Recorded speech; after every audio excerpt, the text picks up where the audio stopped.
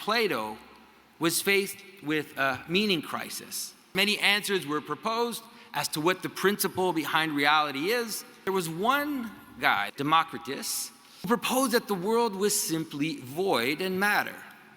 And I remember my high school teacher telling me that it was funny how thousands of years later, it was Democritus that had won the debate. Then all we have to do as humans is understand how stuff works.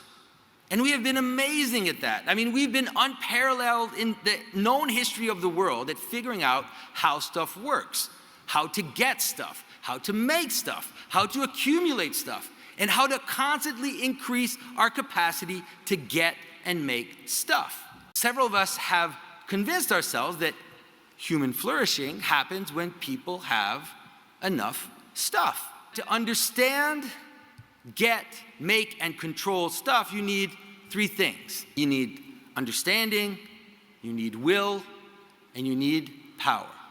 And in these three, you have the three strains of modern politics: the communist tendency, the fascist tendency, and the libertarian tendency. The problem is that this idea that the world is just made of stuff and all we need to do is understand, make, and get stuff it's a lie.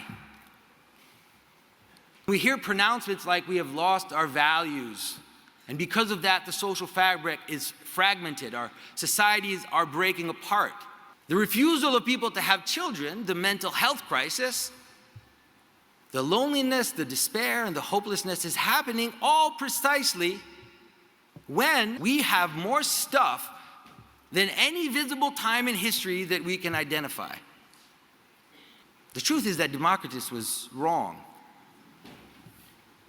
And as I see everybody talking about progress, and I hear what people talking about human flourishing, we have to be careful and wonder what it is that we actually mean by that.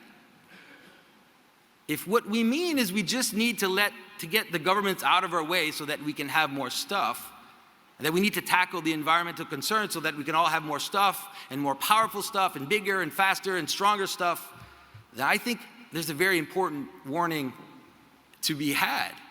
I mean, of course, as a Christian, I believe strongly that we are called to help the poor. But if all we do in the world is get everybody to have more stuff, we will not solve the problem of despair, of sterility, of fragmentation, divorce. In fact, we will increase it. The world can no longer be described only in terms of forces and stuff, but it has to be described in terms of categories of human consciousness, like attention, like relevance, like care. And maybe for some of you that is too much of a jump to say that the world is made of care or that the world is made of love. But at least an acknowledgement that the human world is made of care, right? That without care, there is death. That without care, there's paralysis. And if we care for the wrong things, then there is chaos and tyranny in our lives and in our societies. And this is where I think that maybe I can help bridge some of the more religious and secular people. What it is that we place as the highest good, that which is placed above us as our guiding star, as the thing that pulls us forward into its good, is indistinguishable from a God. Just like a God, that supreme value will drive us towards it, will subjugate all things to it, and the type of attention it will receive will be indistinguishable from worship. And if what we put at the top there is not in fact the supreme good, then it will twist reality, it will twist the facts, and it will twist the data into its service.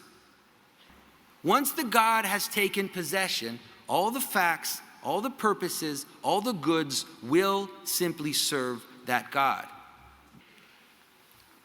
The only thing we actually need to know about that is whatever it is you're chasing right now, it ain't it. Whatever it is you think is the most important, it's not. It's not the most important.